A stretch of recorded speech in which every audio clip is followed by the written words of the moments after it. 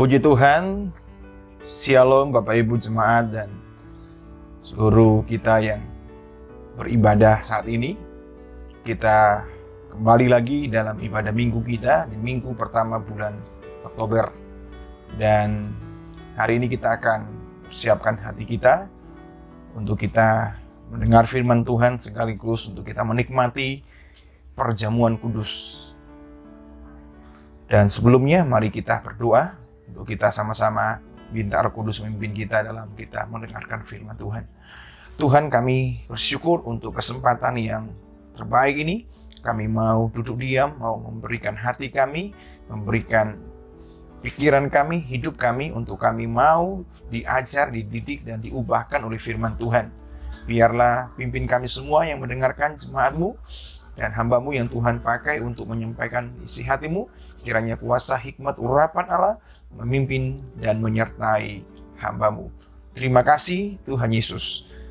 Kami bersyukur biarlah Roh-Mu yang benar-benar nyata, hidup dan berkuasa di dalam pemberitaan firman Tuhan. Dalam nama Yesus kami berdoa. Amin.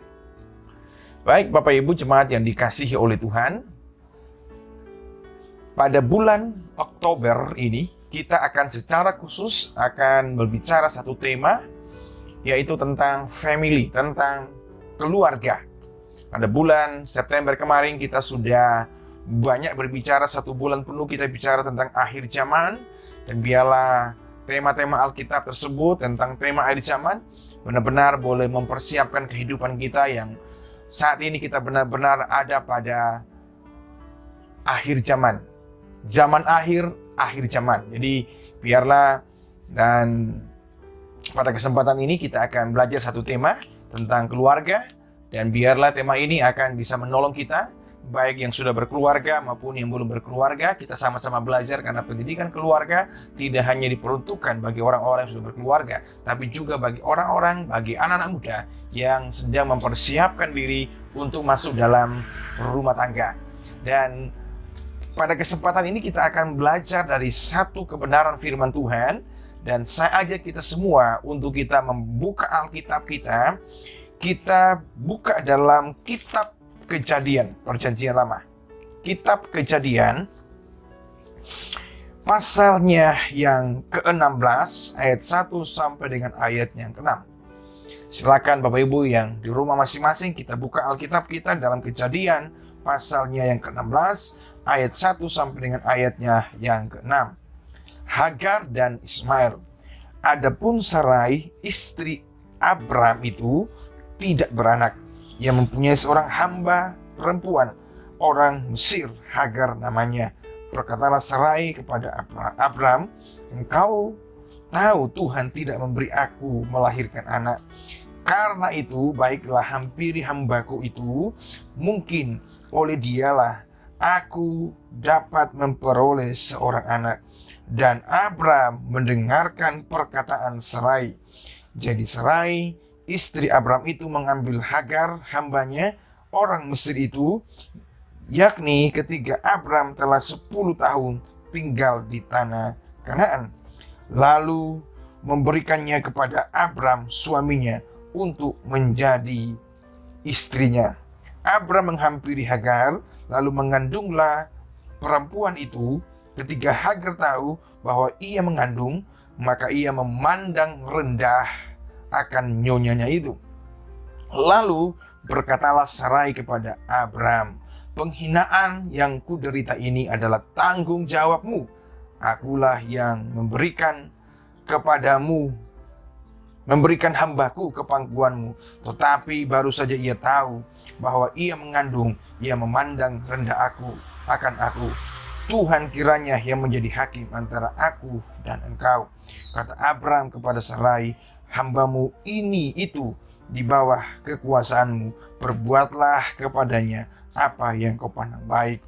Lalu Sarai menindas Hagar sehingga ia lari meninggalkannya.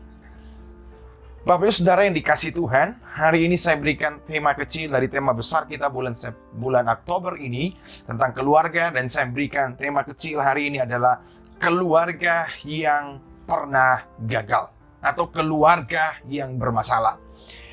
Siapa sih kalau saya bertanya kepada kita semua, kira-kira kita bisa menjawab atau tidak? Siapa tokoh di Alkitab yang keluarganya tidak pernah ada masalah? Mungkin paling tidak, coba kita pikirkan, coba kita cari 3 tokoh di Alkitab yang keluarganya tidak pernah ada masalah, tidak ada konflik di sana. Nah, kira-kira siapa kira-kira? Coba kita pikirkan itu. Dan dalam apa yang saya tahu, saya hanya ditemukan 1 tokoh di Alkitab yang memang dicatat Alkitab. Kita tidak tahu secara langsung, tapi yang dicatat Alkitab yang tidak ada persoalan yang cukup berat, yaitu keluarga Maria dan Yusuf. Karena hanya dicatat antara keluarga mereka di pasal 1, pasal 2, dan pasal 3 Lukas, dan Matius pasal 1, pasal 2 tidak terlalu banyak bicara, tapi yang dicatat Alkitab adalah memang mereka keluarga yang baik-baik saja. Yusuf hendak menceraikan Maria, tapi karena Tuhan datang menampakkan diri, dia tidak jadi menceraikan dia. Dikatakan bahwa Yusuf adalah orang yang jujur, dan dia adalah orang yang takut akan Allah. Nah, tapi kalau kita mau jujur, hampir semua tokoh-tokoh hebat dalam Alkitab adalah mereka itu memiliki keluarga yang punya masalah masing-masing.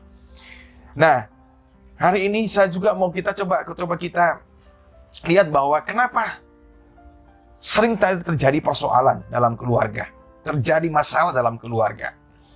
Nah, paling tidak bahwa kita bisa sadar gini, kita menyadari bahwa keluarga itu kan 2 orang yang berdosa, laki-laki dan perempuan, 2 orang yang berdosa, hidup bersama-sama di tengah dunia yang berdosa, itu pasti ada namanya masalah.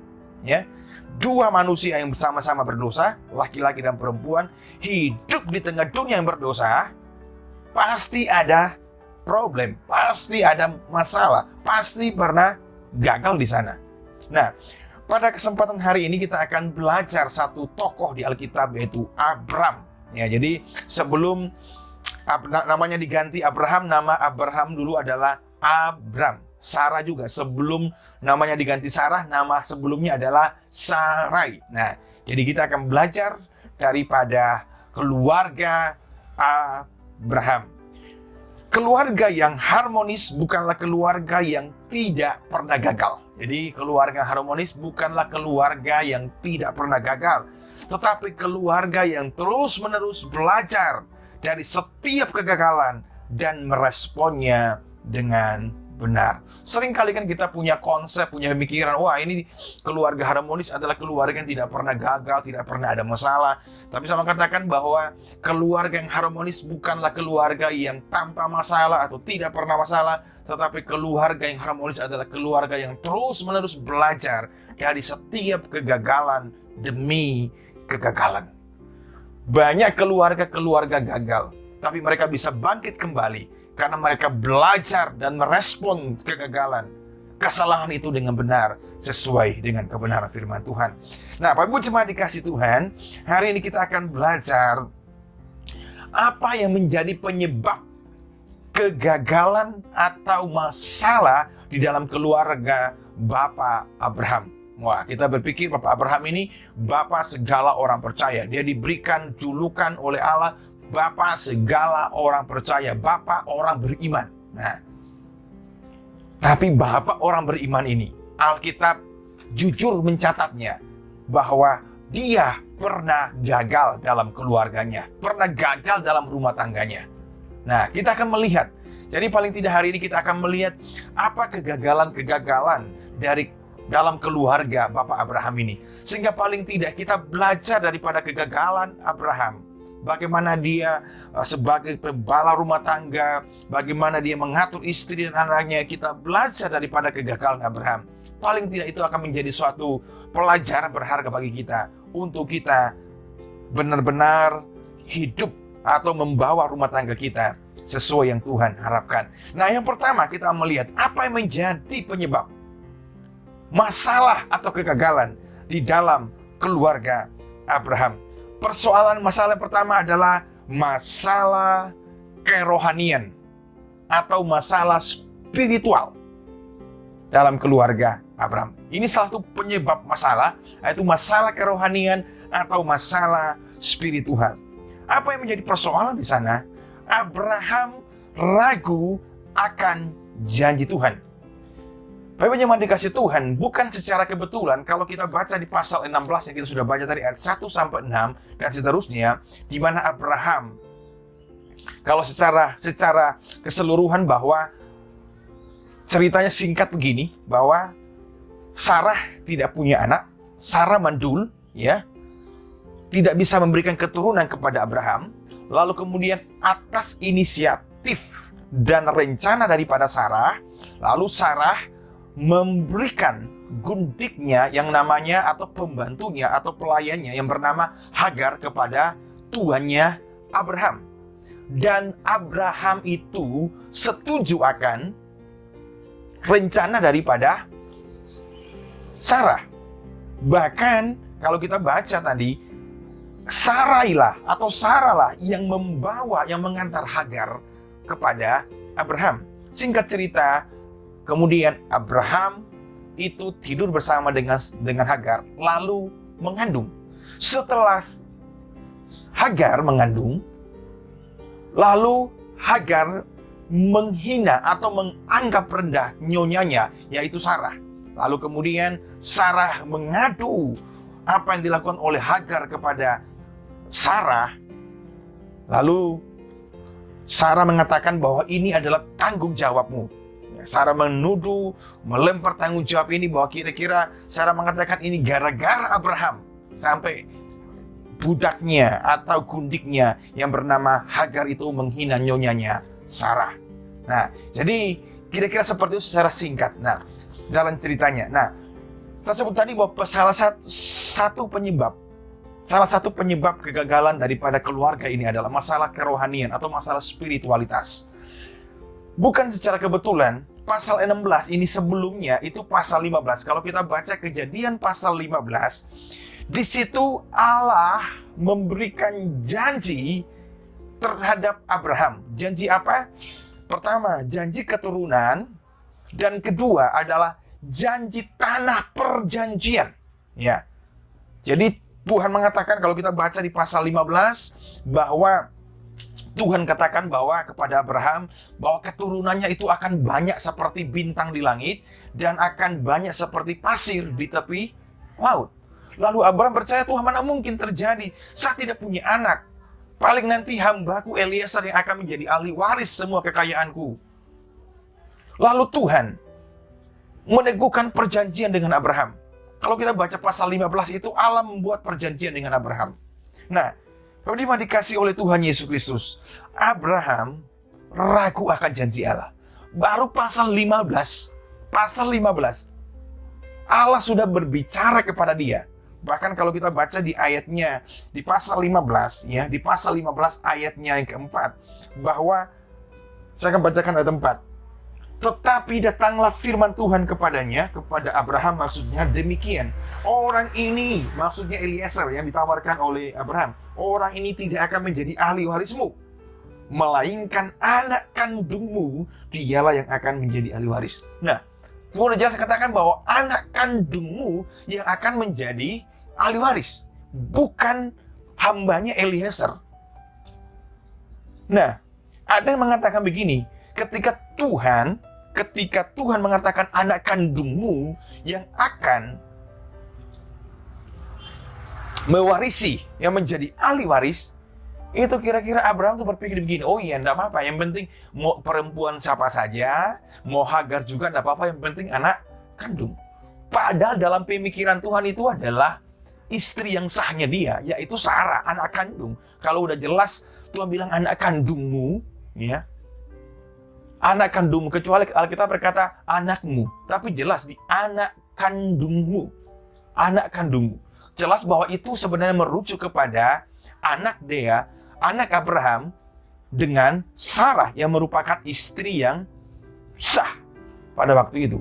Tetapi ada beberapa orang mengatakan bahwa, penafsir mengatakan bahwa kemungkinan Abraham itu salah memahami pesan Tuhan. Nah, Abraham salah menangkap pesan Tuhan ketika Tuhan berkata bahwa melainkan anak kandungmu yang akan menjadi ahli waris. Abraham berpikir, wah, tidak peduli mau perempuan siapa saja, yang penting punya anak, gitu loh. Yang penting punya anak. Lalu kemudian kita lihat lagi di pasal 15. Jadi kita mau melihat bagaimana pasal 15 sebelum pasal 16 ini, Allah begitu kuat sekali memberikan janji keturunan kepada Abraham. Bukan saja Tuhan berkata kepada Abraham bahwa anak kandungmu akan menjadi ahli waris. Tapi Tuhan meneguhkan perjanjian itu. Tuhan meneguhkan perkataan itu dengan cara, kalau saya sudah pernah jelaskan dalam khotbah-khotbah sebelumnya tentang perjanjian Allah dengan Abraham. Allah meneguhkan perjanjian itu dengan cara apa? Menyuruh Abraham untuk menyembelih lembu betina dan domba atau kambing. Lalu pada malam hari suluh api berjalan di tengah-tengah potongan itu. Dan itu merupakan bentuk kehadiran Allah seperti api di sana. Yang sebenarnya sebuah pesan bahwa Allah itu serius terhadap perjanjian itu. Saya pernah jelaskan tentang bagaimana latar belakang perjanjian pada zaman kuno dulu itu. Dan Abraham tahu bahwa ini perjanjian yang serius. Ini perjanjian yang benar-benar Allah buat. Tetapi kembali lagi, Abraham ragu dengan janji Allah. Paling tidak pasal 15 memberikan kita latar belakang. Bagaimana kegagalan daripada Abraham. Dia tahu bahwa Tuhan sudah katakan, anak kandungmu yang akan menjadi ahli waris. Tapi toh dia hampiri Hagar. Dia sudah tahu bahwa Tuhan sudah bersumpah dan berjanji bahwa Tuhan akan pasti memberikan itu. Dengan bentuk Tuhan berjanji dan bersumpah kepada Abraham. Tapi dikasih oleh Tuhan Yesus Kristus, Abraham mulai ragu akan janji Tuhan. Dan seringkali ini menjadi persoalan dalam rumah tangga. Masalah spiritual, masalah kerohanian. Di dalam baik suami, istri, maupun anak-anak. Seringkali hal-hal inilah, persoalan-persoalan inilah yang seringkali menjadi masalah dalam keluarga kita masing-masing. Nah, Abraham ragu akan janji Allah. Keraguan tidak sama dengan tidak percaya. Saya pikir ragu-ragu itu hal yang biasa. Tokoh sekaliber Abraham yang disebut bapak segala orang beriman itu pernah ragu akan firman Tuhan, pernah ragu akan janji Allah. Jadi keraguan itu tidak sama dengan tidak percaya. Nah, saya ambil contoh misalnya. Di dalam Alkitab Perjanjian Baru ada satu tokoh hebat sekali. Pasti pernah ragu tentang Yesus. Yaitu siapa? Yohanes Pembaptis. Dia sendiri yang baptis Yesus di Sungai Yordan. Tapi suatu saat ketika Yohanes di penjara, Yohanes kirim utusan murid-muridnya kepada Yesus. Tanyakan kepada Yesus, apakah engkau Mesias yang kami nantikan itu, atau kami masih menantikan Mesias yang lain? Bayangkan, Yohanes saja yang membaptis Yesus langsung. Dia menyaksikan langit terbuka, lalu Roh Kudus turun seperti burung merpati. Tetapi dalam keadaan dia terjepit, dalam keadaan dia bermasalah, menunggu eksekusi hukuman penggal kepala dari Herodes, dia pergi bertanya kepada Yesus, dia mengutus murid-muridnya untuk bertanya kepada Yesus, apakah engkau Mesias yang kami nantikan itu, atau kami harus menantikan Mesias yang lain? Jadi seringkali kita ragu dalam hidup ini. Seringkali persoalan spiritual kita, seringkali kita ragu-ragu akan janji Allah. Karena terkadang kita melihat masalah situasi tak kunjung selesai. Jadi seringkali mungkin problem, masalah, pergumulan yang sepertinya tidak ada jalan keluar, tidak pernah selesai. Lalu kita mulai ragu akan janji Tuhan. Dikatakan tadi, Abraham itu 10 tahun di Kanaan. Jadi kira-kira 10 setelah dia dengar janji Tuhan itu, di pasal 15 tadi, 10 tahun kemudian, kok belum dapat anak yang dijanjikan. Nah, seringkali kita ragu karena masalah. Karena apa? Karena masalah tak kunjung selesai. Kemudian kita sering juga ragu karena mungkin kurang bukti dari Tuhan. Katanya Tuhan mau berkati, katanya ngikut Tuhan itu enak, katanya ngikut Tuhan itu pasti banyak berkatnya. Tapi buktinya mana? Seringkali kita ragu karena kita terlalu menuntut banyak bukti dari Tuhan. Tapi dikasih oleh Tuhan Yesus Kristus, mari dalam kehidupan kita, mari kita belajar daripada salah satu tokoh hebat, Abraham.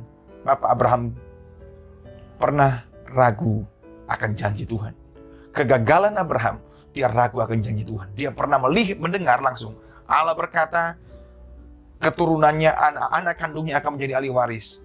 Bahkan diteguhkan dengan perjanjian yang serius. Tapi Abraham tidak, atau Abraham ragu akan janji Tuhan. Hari ini biarlah ketika kita mulai ragu akan janji Tuhan.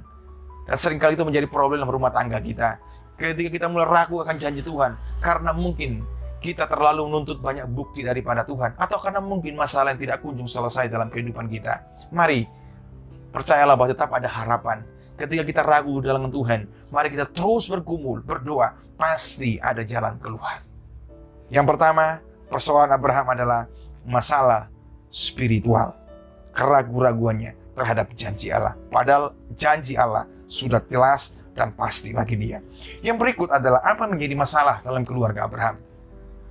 Yang kedua yang saya lihat di sini adalah dalam pembacaan kita di Kejadian pasal 16 ayat 1-6 adalah masalah kultural atau masalah budaya. Bapak Ibu jemaat yang dikasihi Tuhan, mengambil budak atau gundik sebagai istri pada waktu itu sebagai istri pada waktu itu adalah hal yang wajar.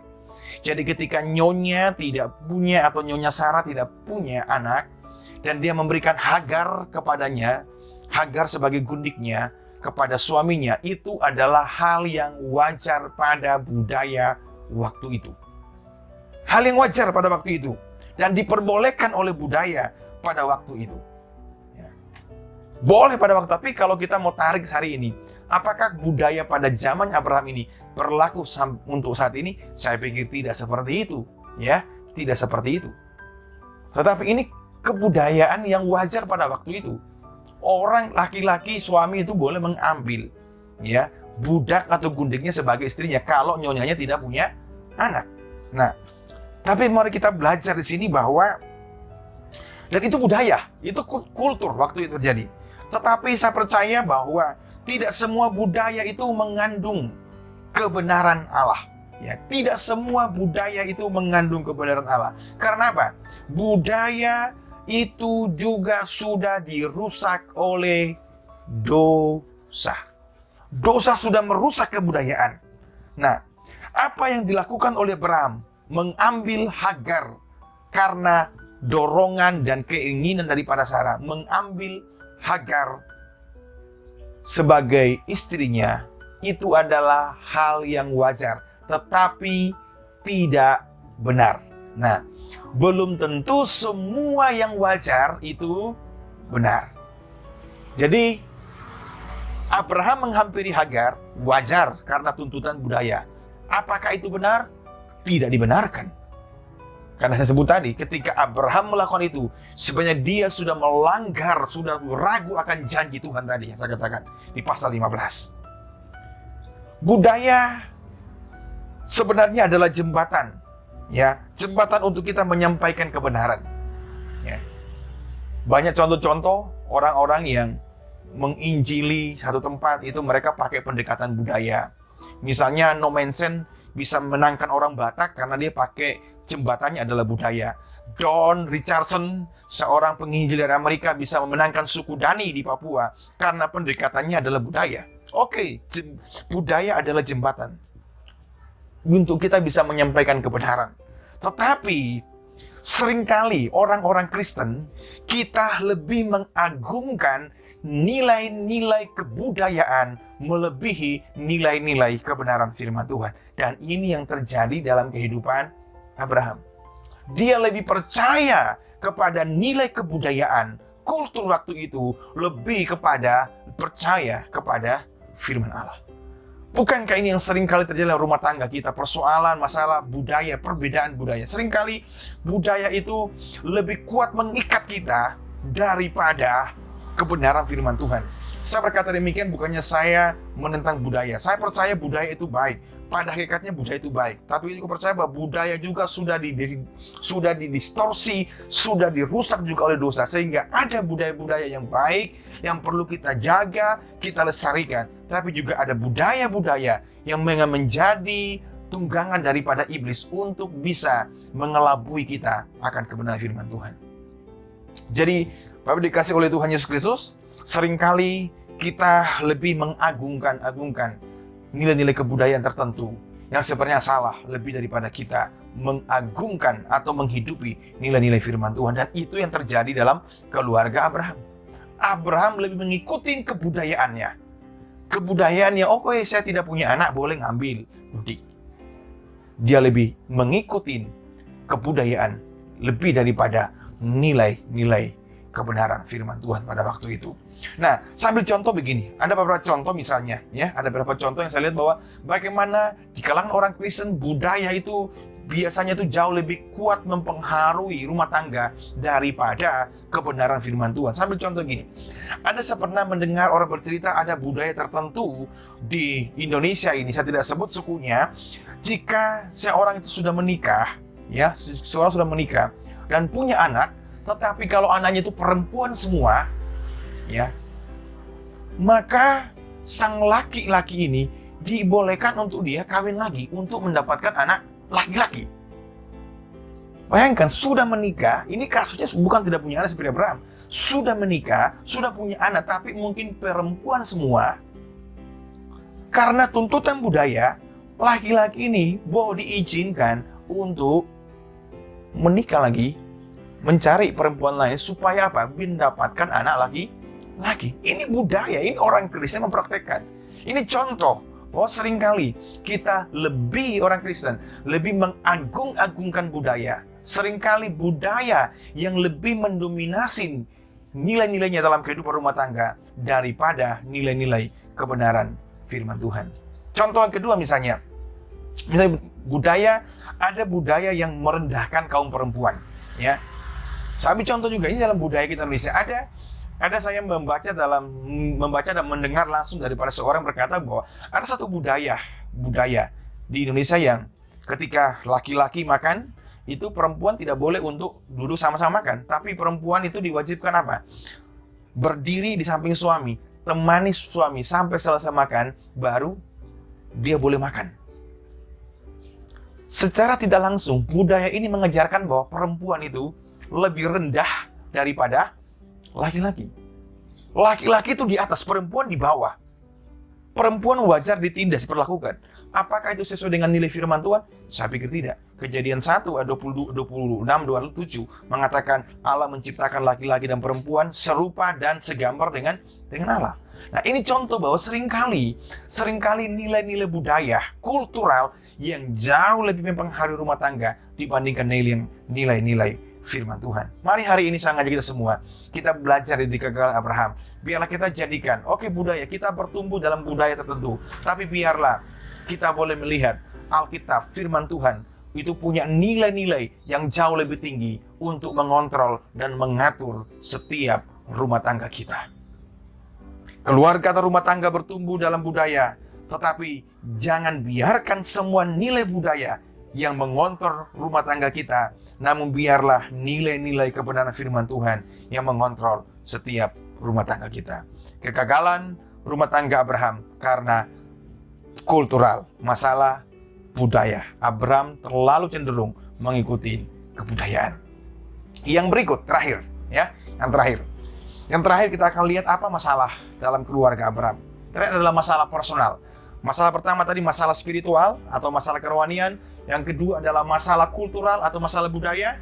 Yang ketiga adalah masalah personal. Personal ini sama-sama adalah masalah Abraham, masalah pribadi Abraham. Abraham telah gagal menjadi peran sebagai kepala keluarga. Abraham telah gagal menjadi peran sebagai kepala keluarga. Laki-laki itu dipanggil sebagai kepala yang memimpin dengan cinta, bukan menyerah tanpa daya. Jadi ketika Sarah, kalau kita baca di ayatnya yang kedua gitu ya, ini kan idenya Sarah.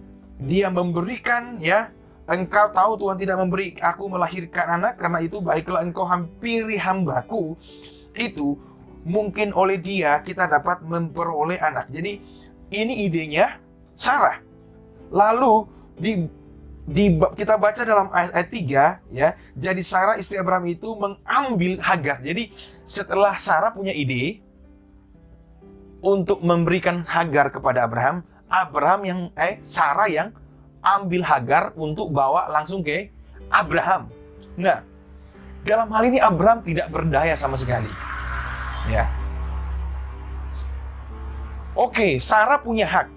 Sarah punya hak untuk dia berbicara, untuk dia mengusulkan ide itu. Tapi kita juga ingat, Abraham sebagai kepala keluarga, dia punya hak juga untuk bisa menolak apa yang dikatakan oleh Sarah istrinya. Dia sebagai pemimpin, dia punya hak juga dalam rumah tangga, punya hak untuk menolak. Oh tidak, saya sudah dengar janji firman Tuhan tadi.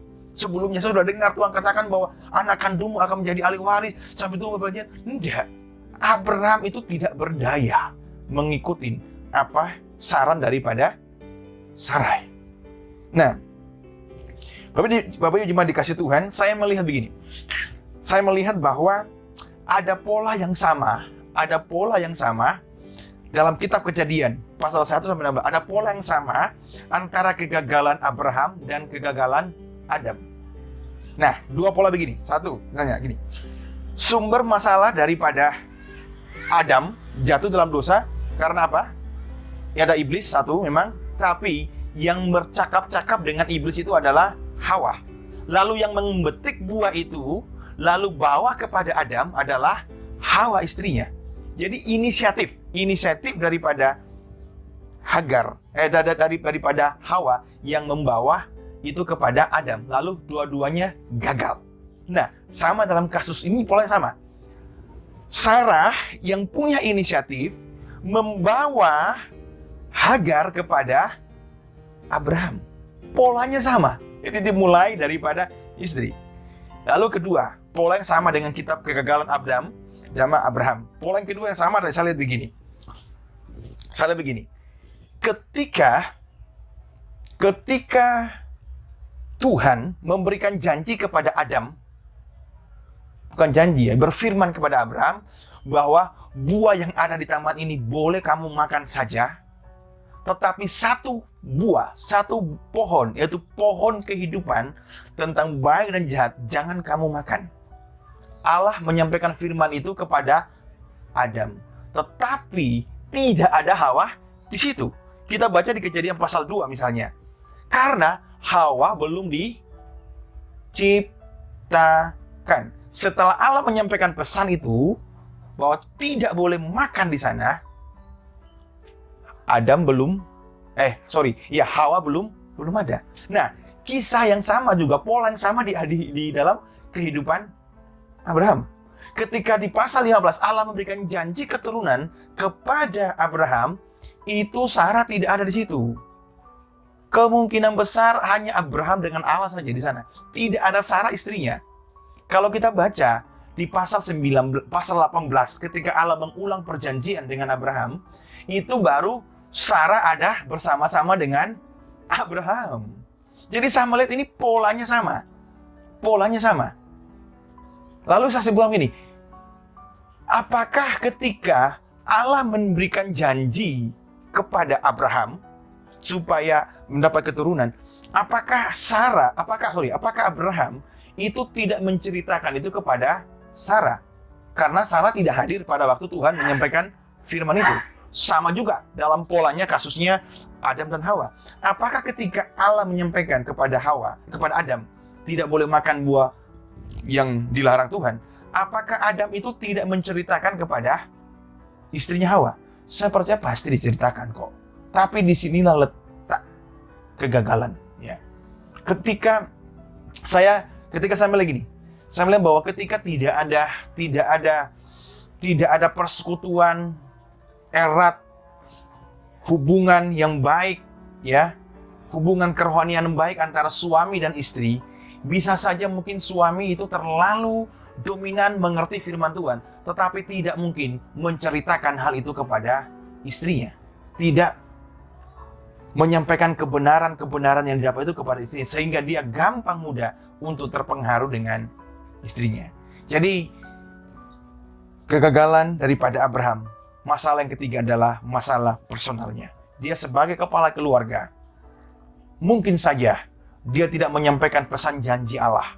Mungkin saja dia tidak menyampaikan pesan janji Allah bahwa anak kandungnya akan menjadi ahli waris. Sehingga Sarah pun mungkin dan kemungkinan besar tidak tahu akan janji itu. Sehingga dia memberikan Hagar kepada Abraham. Sama juga dengan Hawa dan Adam.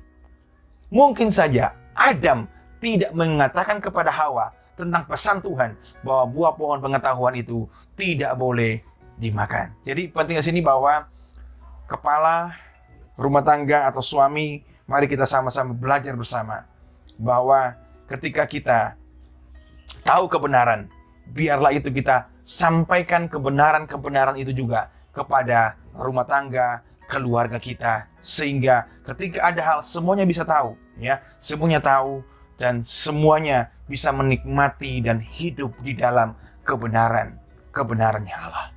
Jadi masalah Abraham, satu persoalannya adalah dalam rumah tangganya masalah spiritual, masalah kerohanian, dia ragu akan janji Tuhan. Masalah yang ketiga adalah masalah kultural. Abraham lebih cenderung mengikuti kebudayaan, nilai-nilai kebudayaan. Dan ketiga adalah masalah lemah personalnya Abraham. Sebagai kepala keluarga, dia tidak mampu, dia lemah dan tidak berdaya mengikuti bujukan daripada istrinya. Kiranya hari ini kita belajar, paling tidak kita belajar penyebab daripada kegagalan keluarga daripada Abraham. Saya akan coba, mungkin minggu depan kita akan lihat lanjutannya bagaimana respon daripada Abraham dan Sarah ketika mereka sudah gagal dalam tinggalan. Apa respon mereka? Nanti kelanjutannya saya akan sampaikan pada khotbah-khotbah berikutnya. Kiranya firman Tuhan hari ini mengajari kita sehingga kita boleh melihat dalam diri kita, keluarga kita, banyak hal-hal yang mungkin seringkali membuat kita gagal. Masalah kerohanian kita, spiritual kita, hubungan kita dengan Tuhan, ke masalah kultural dan masalah personal kita. Kiranya kebenaran ini boleh memberkati setiap kita semua. Tuhan memberkati. Mari kita berdoa. Kami bersyukur buat firman Tuhan.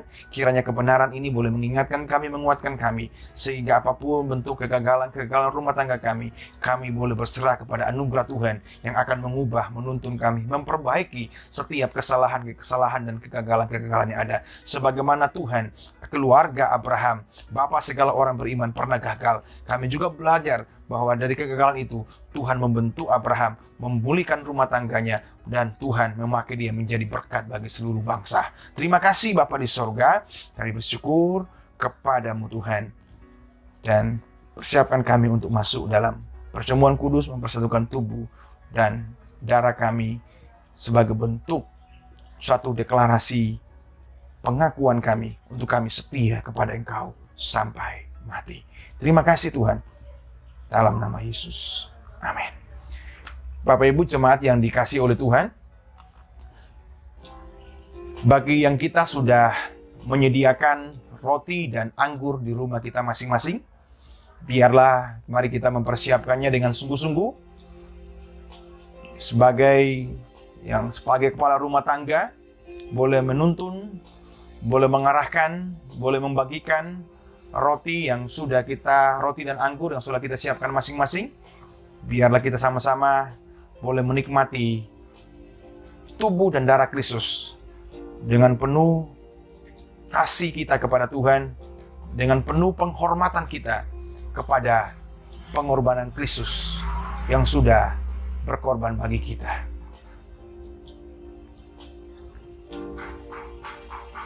Terima kasih Tuhan Yesus. Kami bersyukur kepadamu Tuhan. Seminta kita semua bersatu teduh sejenak. Kita merenungkan begitu besarnya kasih Tuhan atas hidup kita.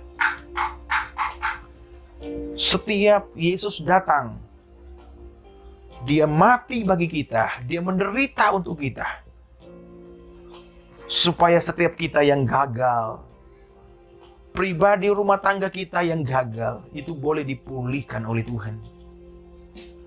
Yesus datang membawa pemulihan bagi setiap kita. Jangan pernah kita merasa bahwa rumah tangga keluarga kita adalah rumah tangga yang kacau. Tapi mari kita datang dengan penuh pengakuan, jujur di hadapan Allah. Alkitab dengan jujur memberikan kita keterangan hari ini bahwa orang yang sekelas Abraham pun pernah gagal. Apalagi dengan kita. Mari kita berdoa minta anugerah Tuhan. melalui karya salib Tuhan, pengorbanannya untuk menuntun kita, memulihkan kita, mengangkat kita. Dan tengoklah kepada salib itu. Dia menerima pribadi kita, rumah tangga kita, dalam kehancuran kita, apapun bentuknya. Kasih Tuhan tersedia untuk kita. Pemulihannya tersedia untuk kita.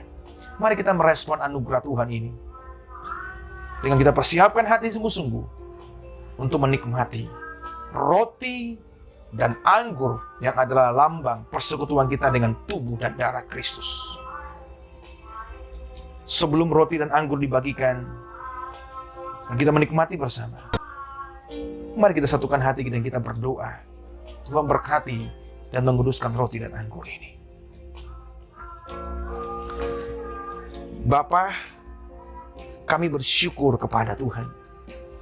Sebenarnya kami orang-orang yang tak layak untuk mendapatkan anugerah keselamatan-Mu melalui pengorbanan tubuh dan darah-Mu ini. Tapi jikalau saat ini kami layak di hadapan Tuhan, kami bisa menikmatinya. Semua karena kasih karunia Tuhan bagi kami. Kami bersyukur untuk itu Tuhan. Tolonglah kami Tuhan. Bila kami menerimanya ini dengan penuh sukacita, dengan penuh penghormatan yang sungguh kepada Engkau. Hamba berdoa di dalam nama Bapa, Anak dan Roh Kudus, Allah memberkati dan menguduskan setiap roti yang sudah disiapkan oleh jemaat-Mu di rumah masing-masing. Sehingga ketika kami makan dan minum, sungguh-sungguh mendatangkan berkat sukacita, berkat keselamatan, berkat damai sejahtera, berkat pemulihan, berkat kesembuhan bagi setiap kami. Di dalam nama Yesus, kami mau menikmati ini dengan iman kepada karya salib Tuhan. Amin. Silakan Bapak Ibu bisa membagikannya bagi keluarga kita masing-masing yang mengikuti perjamuan. Sebelum kita menikmati perjamuan, saya akan membacakan beberapa ayat untuk kita masuk dalam perjamuan saat ini. Mari yang sudah mendapatkan roti, mari kita angkat roti kita lebih tinggi dari kepada kepala kita sebagai wujud penghormatan, penghargaan kita, syukur kita atas pengorbanan Tuhan.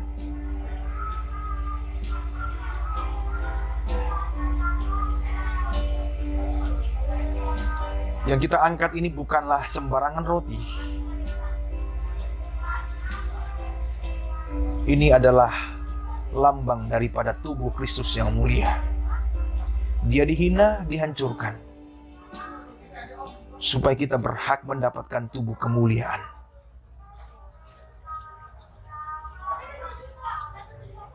Sebelum kita menikmati bersama-sama, saya akan baca beberapa ayat.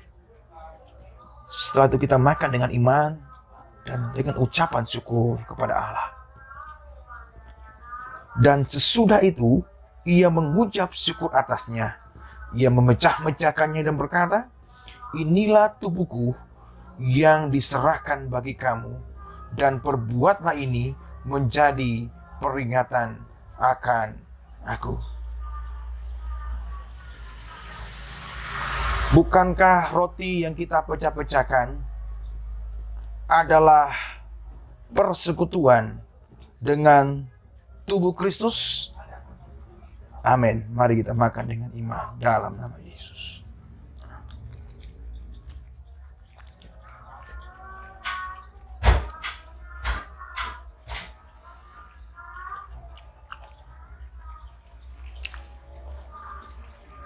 Terima kasih Tuhan.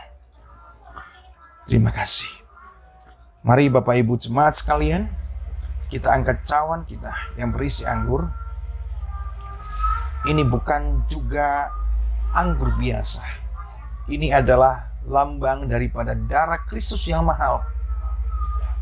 Darah yang menyelamatkan, darah yang menyucikan, darah yang mengampuni setiap dosa-dosa kita, darah yang meluputkan kita dari maut. Karena melalui darah Kristus kita diselamatkan oleh Allah. Mari renungkan ini. Hayati sungguh begitu kasihnya, pengorbanannya begitu luar biasa bagi kita. Mari sebelum kita menikmati anggur yang merupakan persekutuan dengan darah Kristus, mari kita berdoa. Membacakan beberapa ayat untuk kita. Demikian juga ia mengambil cawan sesudah makan, lalu berkata, cawan ini adalah perjanjian baru yang dimateraikan oleh darahku. Perbuatlah ini setiap kali kamu meminumnya menjadi peringatan akan aku. Bukankah cawan pengucapan syukur yang atasnya kita ucapkan syukur adalah persekutuan dengan darah Kristus? Amin. Mari kita minum dengan iman. Dalam nama Yesus.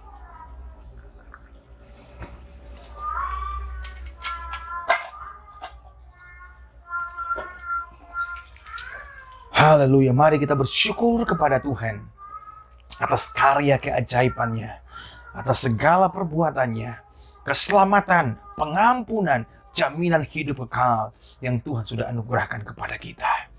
Tuhan, kami bersyukur untuk kesempatan kami menikmati perjamuan, mempersatukan tubuhmu dengan tubuh kami, darahmu dengan darah kami, sehingga hidup kami bukannya kami lagi, bukannya aku lagi, tetapi Kristuslah yang hidup dalam kehidupan kami. Terima kasih Tuhan, setiap kami sudah menikmati hari ini, Tuhan berkati kami. Yang dalam kelemahan, Tuhan Engkau beri kekuatan. Yang dalam keadaan sakit, Tuhan Engkau sembuhkan. Di dalam ketidakkepastian, tidak ada harapan dalam hidupnya, Tuhan berikan pengharapan yang pasti. Yang tidak ada damai sejahtera, Tuhan Engkau berikan damai sejahtera. Yang sedang bergumul dengan dosa, Tuhan lepaskan mereka, pulihkan mereka. Dalam nama Yesus. Dan biarlah kami boleh menikmati anugerah Tuhan melalui perjamuan kudus hari ini. Dan terima kasih Bapa di surga. Saatnya kami akan mengakhiri ibadah kami saat ini. Kiranya Allah boleh memimpin kami, memberkati semua, berkati kami yang sudah beribadah di rumah kami masing-masing. Kiranya kami boleh mendapatkan berkat yang luar biasa daripada Allah.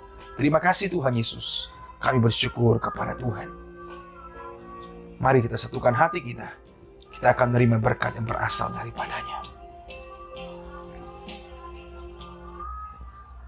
Bapa, kuduskanlah tangan hamba-Mu, biarlah tangan Allah sendirilah yang turun memberkati setiap umat-Mu yang setia mencari Engkau.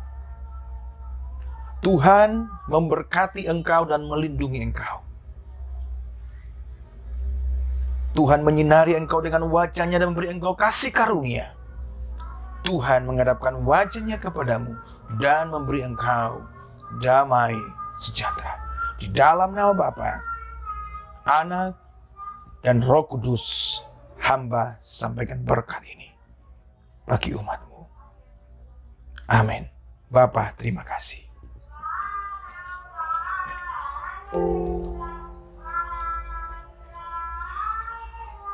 Bapa, terima kasih. Bapa, terima kasih. Bapa di dalam surga, ku berterima kasih. Amin.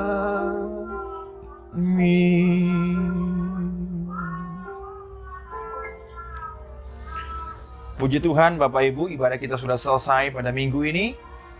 Tuhan Yesus memberkati kita semua dan shalom.